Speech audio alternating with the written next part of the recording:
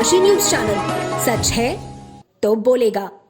प्रधानमंत्री नरेंद्र मोदी के दौरे को लेकर सुरक्षा व्यवस्था की दृष्टि से प्रशासन ने विपक्ष के नेताओं को नजरबंद कर दिया है, जिसमें सपा के नेताओं कार्यकर्ताओं के साथ साथ कांग्रेसी नेता भी शामिल हैं। वाराणसी कांग्रेस महिला जिलाध्यक्ष अनुराधा यादव के यहाँ सुबह ही पुलिस ने घर पहुंचकर उनको नजरबंद कर दिया।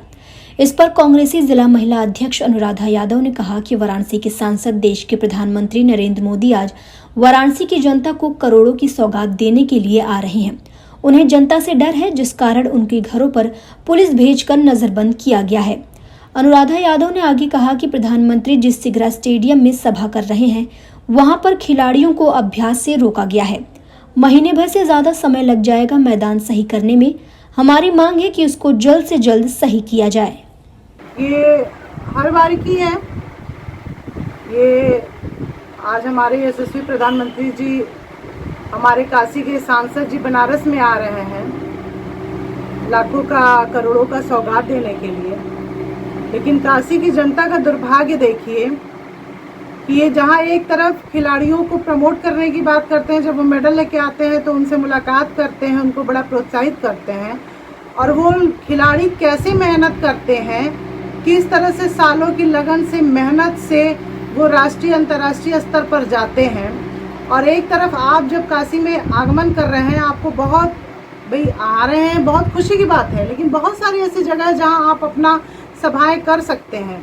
लेकिन जो केंद्र जहाँ से राष्ट्रीय अंतर्राष्ट्रीय स्तर के खिलाड़ी निकलते हैं, आज उस सिगरा स्टेडियम को बुरी तरीके से खराब कर दिया गया। और एक तरफ आप कहते हैं कि वृक्ष लगाया जाए, और दूसरी तरफ आपके आगमन पे आपके ही नाक के नीचे पेड़ों की कटाई की जा रही है। तो आपके करनी और कथनी में तो बहुत अंतर है, जिसका हम विरोध कर रहे हैं कि कम से कम खिलाड़ियों के भविष्य के साथ खिलवाड़ नहीं किया जाए। क्योंकि जिस तरह से उनके आने पे जिस तरह से ग्राउंड और जिस तरह पंडाल बनाए जाते हैं, मैदान खराब होता है, उनको महीनों लग जाते हैं उसको सही करने में। खिलाड़ी खेल नहीं पाते, प्रैक्टिस नहीं कर पाते, उनके भविष्य के साथ ही खिलवाड़ कर रहे हैं। और मैं ये कहना चाहती हूँ, मैं पूछना चाहती हूँ कि वो देश के प्रधानमंत्री हैं, वो बनारस के सांसद हैं कि सिर्फ वो भाजपा के प्रधानमंत्री हैं और सिर्फ भाजपा के सांसद हैं? क्या हम आम नागरिक, क्या मैं इस बनारस की हूँ, क्या मैं नागरिक, क्या हम यहाँ काशी के निवासी होते हुए क्या हम अपने प्रधानमंत्री जी से नहीं मिल सकते हैं, या हम अपनी समस्या को लेकर उनके साथ नहीं जा सकते? हमें क्यों नजरबंद कर दिया जाता है? क्योंकि इन्होंने कभी कोई सही कार्य नहीं किया है। इसी डर से जब जब ये आते हैं या इनके कोई नेता आते हैं, ये हमेशा अपने गलत कार्यों के कारण जो है प्रशासन को आगे करके हमें रोकने की कोशिश की जाती है। तो हम रुकने वाले नहीं हैं, क्योंकि हम कांग्रेस के कार्यकर्ता हैं। न झुकेंगे न रुकेंगे, लड़ते रहेंगे और लड़े हैं, लड़ते रहेंगे। मिर्जापुर में कांग्रेस का झंडा बुलंद करने वाले पार्टी की पूर्व जिलाध्यक्ष माता प्रसाद दुबे की दूसरी पुण्यतिथि पर नगर के लाल डिग्गी स्थित एक भवन में संगोष्ठी का आयोजन किया गया, जहां विभिन्न दलों और पार्टियों के लोगों ने अपने विचार व्यक्त किए। कांग्रेस नेता माता प्रसाद दुबे की दूसरी पुण्यतिथि पर आयोजित संगोष्ठी कार्यक्रम के दौरान एक ही मंच पर सपा, बसपा, भाजपा व अन्य सभी दलों के कार्यकर्ता व पदाधिकारी दिखाई दिए। इस दौरान युवा कांग्रेस के प्रदेश उपाध्यक्ष सतीश मिश्रा ने कहा कि पंडित माता प्रसाद दुबे का जो योगदान मिर्जापुर को मिला, उसे कभी भुलाया नहीं जा सकता। वह भले ही सांसद विधायक नहीं रहे, लेकिन उन्होंने जनपद के विकास के लिए अपना पूरा जीवन समर्पित कर दिया। आज जननायक स्वर्गीय पंडित माता प्रसाद दुबे जी, जो किसी धर्म के, किसी जात के नेता नहीं थे, बल्कि वो सभी धर्मों के, सभी जातियों के और सभी दल के नेता लोग उनको अपना नेता मानते थे। एक ऐसे व्यक्तित्व की आज पुण्यतिथि है, दूसरी पुण्यतिथि है।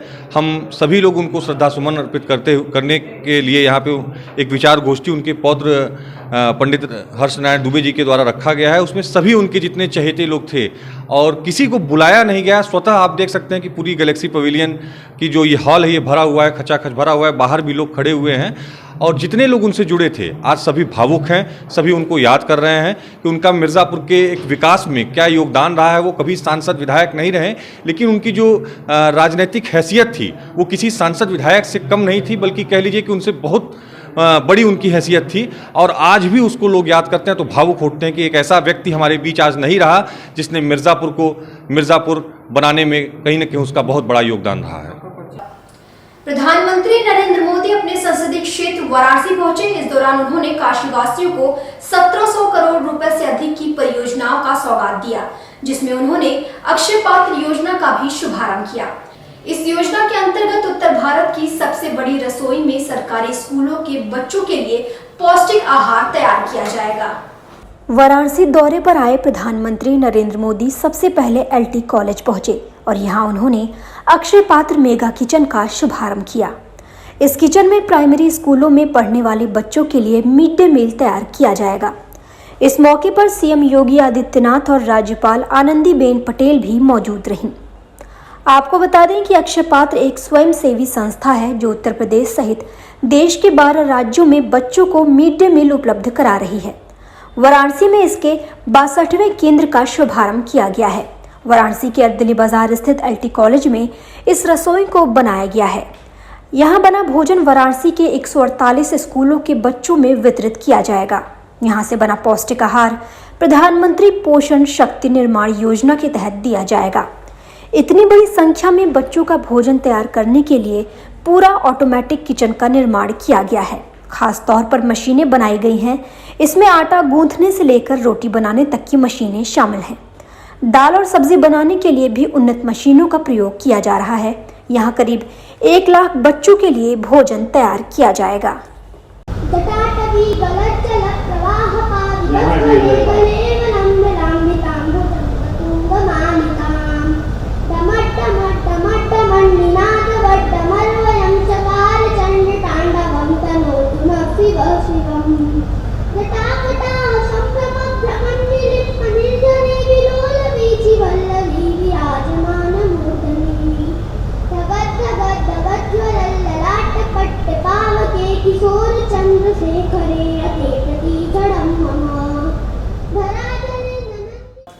वन महोत्सव के उपलक्ष्य में 1 जुलाई से 7 जुलाई तक चल रहे वृक्षारोपण महाअभियान कार्यक्रम के तहत जिलाधिकारी संजीव सिंह की अध्यक्षता में कलेक्ट्रेट परिसर में वृक्षारोपण का कार्यक्रम किया गया। इस दौरान जिलाधिकारी ने जनप्रतिनिधियों, अधिकारियों एवं अधीनस्थ कर्मचारियों के साथ कलेक्ट्रेट परिसर में सैकड़ों की संख्या में पौधे लगाए। जिलाधिकारी संजीव कुमार सिंह ने सभी अधिकारियों को निर्देशित करते हुए कहा कि स्वच्छ पर्यावरण हेतु पौधों को लगाएं और इसका प्रतिदिन देखरेख सुनिश्चित करें।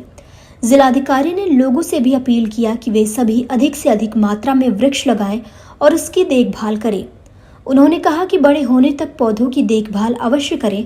वृक्षारोपण करते समय छायादार और पर्यावरण को लाभ पहुंचाने वाले वृक्ष अधिक से अधिक मात्रा में लगाएं।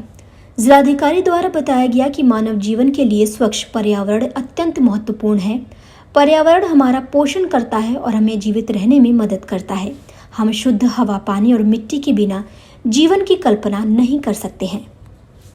देश के प्रधानमंत्री एवं वाराणसी के सांसद नरेंद्र मोदी ने अपने संसदीय क्षेत्र के दौरे के दौरान उन्होंने अक्षय पात्र योजना का शुभारंभ किया, जिसके बाद अखिल भारतीय शिक्षा नीति समागम कार्यक्रम में शिरकत करने के लिए सिगरा स्थित रुद्राक्ष कन्वेंशन सेंटर पहुंचे, जहां उन्होंने राष्ट्रीय शिक्षा नीति के क्रियान्वयन पर चर्चा करते हुए अपने विचार रखे। रुद्राक्ष कन्वेंशन सेंटर में 3 दिनों तक चलने वाले अखिल भारतीय शिक्षा नीति समागम कार्यक्रम के पहले दिन प्रधानमंत्री ने कहा कि अक्षय पात्र योजना का शुभारंभ करके आ रहा हूं। वहां सरकारी स्कूल के बच्चों के साथ गप गोष्ठी करने का अवसर मिला। मैं बच्चों से सुनकर आया हूं और आपको सुनाने आया हूं। मुझे कहना होगा कि जिस स्कूल के बच्चों से मेरा मिलना हुआ, अगली बार उनके टीचर से मिलना चाहूँगा। वहीं उन्होंने आगे कहा कि शिक्षा को 21वीं सदी के आधुनिक विचारों से जोड़ना है, केवल डिग्री धारक युवा तैयार नहीं करना है। अपने संबोधन के दौरान पीएम मोदी ने कहा कि शिक्षा समागम में कोई कमी रह जाती है तो मेरी जिम्मेदारी होगी, क्योंकि मैं काशी का सांसद हूँ। मेरी काशी में आप पधारे हैं। अखिल भारतीय शिक्षा समागम का आयोजन उस धरती पर हो रहा है जहां पर आज़ादी से पहले देश के महत्वपूर्ण विश्वविद्यालय की स्थापना हुई थी। आगे पीएम मोदी ने कहा कि भावनाओं के आधार पर दुनिया नहीं बदली जा सकती है, उसके लिए प्रमाण की भी जरूरत है। इस दौरान सीएम योगी ने अपने संबोधन में कहा कि नई शिक्षा नीति ने ज्ञान के द्वार को खोला है। नए भारत की नई परिकल्पना होगी। नई शिक्षा नीति विकास का रास्ता खोलेगी। एक बार पुनः माननीय प्रधानमंत्री जी की गरिमामयी उपस्थिति को नमन।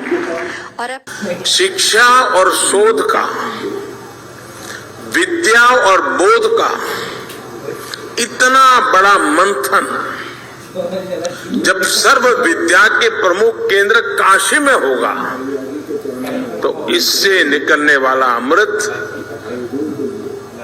अवश्य देश को नई दिशा देगा।